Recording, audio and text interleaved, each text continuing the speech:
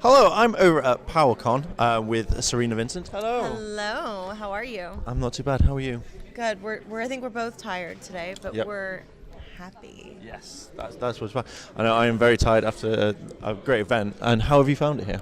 Um, just fabulous. Everybody is really cool, and Birmingham gave us a warm welcome, and all the attendees, all the fans are great, and fellow actors are fun. We're having a good time. Oh, that's good. So you find it like have you seen much of Birmingham? Shall I say? We went out last night to Broad Street. Oh, yeah. We were out a little late, but yeah, we had a great time. Oh, that's great. I've been to Birmingham a few times, but I've never been out and about. It's just literally convention and that's it. Right. Usually that's what I do. It's just you see the inside of the convention and then you go to bed, but we ventured out. The lovely lights of everything. Yes. It's just like, right. So I've a few questions. What was it like being on the show of Lost Galaxy? It was great. It was my first series regular role. I was young. I was like 19, 20. And, I learned a lot. I learned a lot about making TV. So it was sort of like on-the-job training for me as an actor. And then a really cool thing to be a part of, like a franchise that is known around the world. I didn't really realize that when I got the job, that I was going to be part of this bigger thing. And it's still kind of interesting to me to see how popular it is. Yeah. Yeah. So do you get kind of like recognized, like for not just for Power Rangers, but for anything else at the moment? I get recognized for different things. Not usually Power Rangers, though.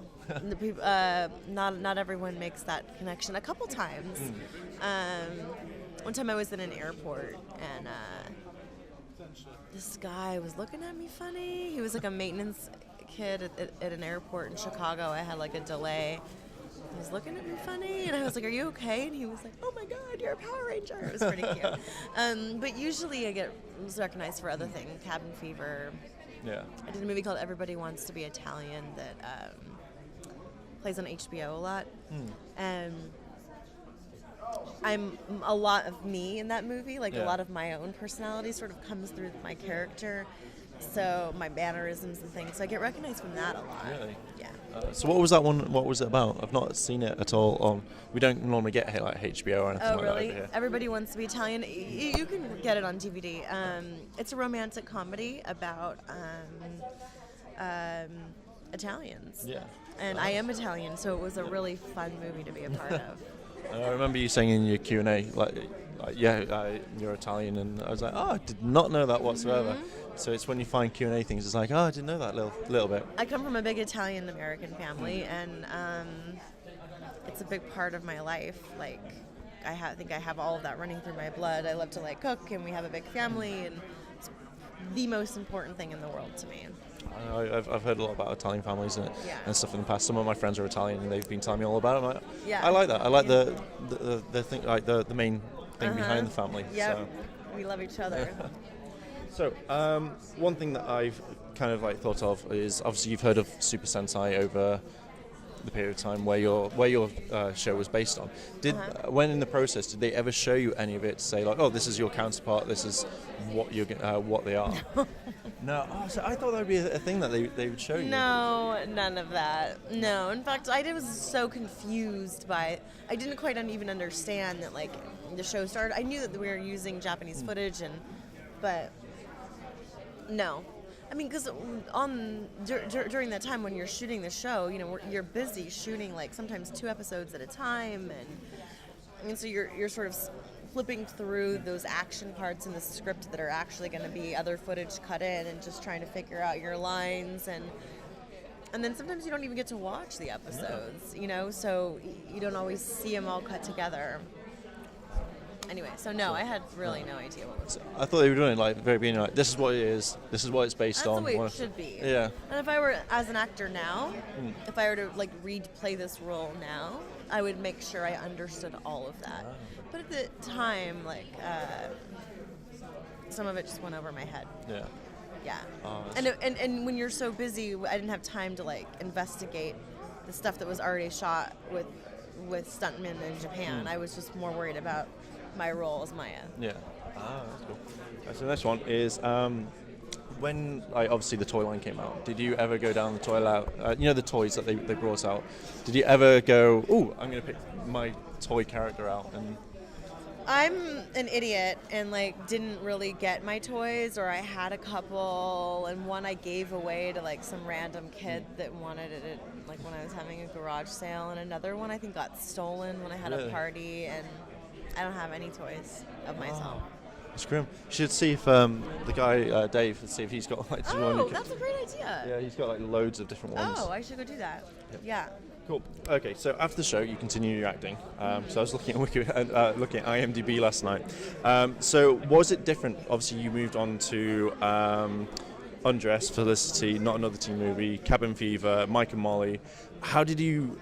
Was it different from being like a character on a TV show that did lots of episodes to doing like other episodes? Was it a different transition or? Well, yeah. I mean, the most beautiful thing as an actor is to have a steady gig, is to go to work every day and like be on a show and like and have a steady paycheck and like.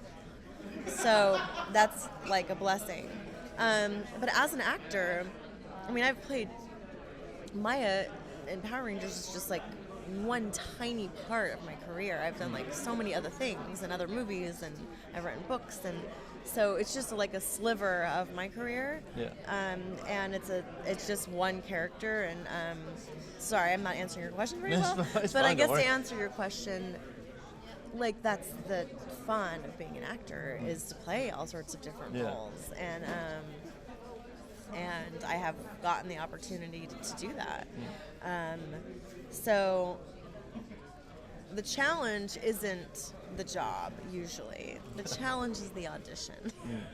That's the hard part about the business, is the auditioning process, when you're running around town and you've got to be like 3 different people in one day, and you just kind of feel schizophrenic. You have all kinds of words and characters in your head, and that's the difficult part. Once you get the job, playing the different roles is so fun. Yeah, that's why we do it. True. I've seen I've seen you in a few other things as well. I was looking through all the I can't even speak now. I was looking through all IMDb and checking everything out like really late in the morning. But I was like saying, oh yeah, you've done quite a few things. I also know you did some producing as well on what was it? Monica. It was Monica and Skypemare, I think. Oh yeah, Skypemare is a short film that I did with some friends. And we just were doing it for fun, but it's gotten a lot of attention. People really like it.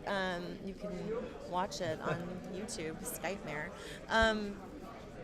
Yeah, and I've also written and produced some PSAs for the California drought that we're releasing soon that are really funny.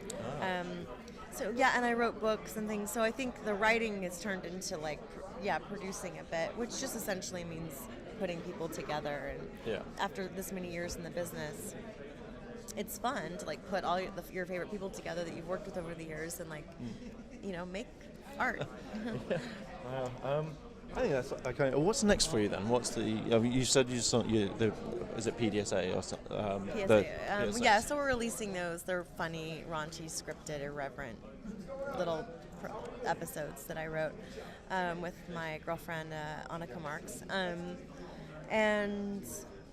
I have a couple movies coming out this next year, and doing another short film with the people I did Skypemare with, and I have a big movie coming out I think this year. I have a tiny cameo in it. It's a horror comedy called Kitchen Sink. Yes, I did see that one. I was like, oh, it's not out yet, so I wasn't quite sure. And then just. I'm up for a few things right now, so we'll see, fingers crossed, what my next job is. That's really good. Right, we've got one last one, and it's called, I played this at Palmorphicon with all the others, and it's the British slang game. Okay, so... I'm really bad at games. Oh no, it's fun. Right, we're going to do a tally of like every single one at the convention. So it's who's got the highest points. So you're the first person to play this game. Okay, so it's literally... I want to win now. There we go. So I'm going to say words, and then you've got to tell me what the meaning is. Okay. So the first one is Chinese whispers. So if I was to talk I'm very confused about what the game is now. Explain. All right, okay. The name of the game is I will tell you the words of what British slang is quite used. So it's certain British words. language. British language. Okay. So when that is said, it's like what is the meaning behind it? Well, okay. Oh, fine. Okay. Okay, right. So the first word, as I said, was Chinese whispers. The meaning behind Chinese whispers. Is this? The first thing that's coming to my mind is like another version of butterfly kisses. You know, when you put your eyelashes on somebody. No. It's not Okay. that sweet. No, I wish it was. I wish it was. What is it? It's when if a story is told, so you tell a story to someone, and then it gets to other people, it goes around, and then all of a sudden it's completely different. Oh, we call that telephone. It's a telephone. The game of telephone. You play that as a kid, where they do it in schools, where you whisper something in someone's ear, and then it goes around the circle, and then it comes back to the first person. It's totally different. And they teach you that so you know not to spread rumors because shit changes. Yes, it does. I multiple times. Okay, I was way off. Okay, so this one is a dog's dinner. A dog's dinner? Yeah. It sounds like negative. That's negative. Like you're going to give someone a dog's dinner. You don't like that person. Kind of. It means it's like a real mess of things. So it's like, I've made this castle out of gingerbread. Oh, it's a dog's dinner. That's that is funny. Yeah. Okay. I like it. I'm going to use that. Use it everywhere. Yeah. Everywhere. Yeah. Right. My hotel room, a dog's dinner. Yeah, that's it. Just say it and be like, what? Say it just means this. Perfect word. It. Yeah. Okay. The fluke. A fluke. Well, we have that word. I mean, a fluke is like it happens. Like it just happened to. Yeah. It happened, right? Yeah, that's one. It's like it was a fluke that I got that. Right. So, Yeah. So yeah, that's one. Yeah. Okay. I don't believe in fluke. I believe everything happens for a reason. Yeah. I see. That's so good. Full of beans. Full of shit. Right? Oh, almost. It's actually no. You can think. It means lots of energy. Oh. So you're full of beans. So you. Really? Yep. Wow. Mhm. All right. Okay. I am not full of beans right now. Neither am I, to be honest. Neither am I. Okay. All right. Gobsmacked. Gobsmacked. Gobsmacked. Yep. Gobsmacked. It's a good thing, this one, not a bad one. That's a little hint. Is that like Twitter pated? Like you're sweet on someone? Remember the word Twitter pated from Bambi? Kind of. This is in my book. It's when it's like springtime and everything's blooming and there's a cute boy and you're in love. That's Twitter pated. That's not Godsmack? No. What Gobsmacked is like amazed. Like, oh my god, I'm gobsmacked. Oh, interesting. Yeah. All right, I like my definition of that. I do. I like that one more. So. All right, the next one is nosh. Nosh. Eat. Yes, correct. Woo. Yeah. Are we somebody keeping score? Don't worry. I will at the end. I will do it. Okay. Not my cup of tea. I say that actually. Yeah, it's not something that I'm into. That's correct. Yeah. Yeah, that's one. Yeah. Okay. Pip pip. Pip pip. Pip pip. Pip pip. Pip pip. I have no idea. It means goodbye. Oh. No, really? I was gonna say that, and I was like, no, that's not that. Okay. Oh, I should have. Okay. Quid. Quid. Quid. Quid isn't another word for money? Yes. Yes, it is. Okay, and the last one is sod's law.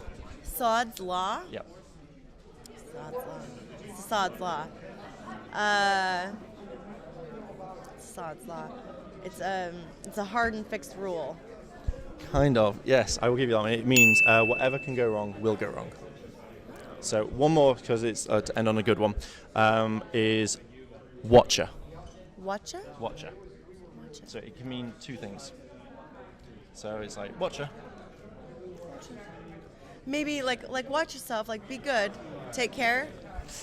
Ooh, no. No? Kind of, because it can be interpreted as anything. The main two emphases is hi or what you think of that. Yeah. So you can think of watcher and that's it, and then or what you think of that.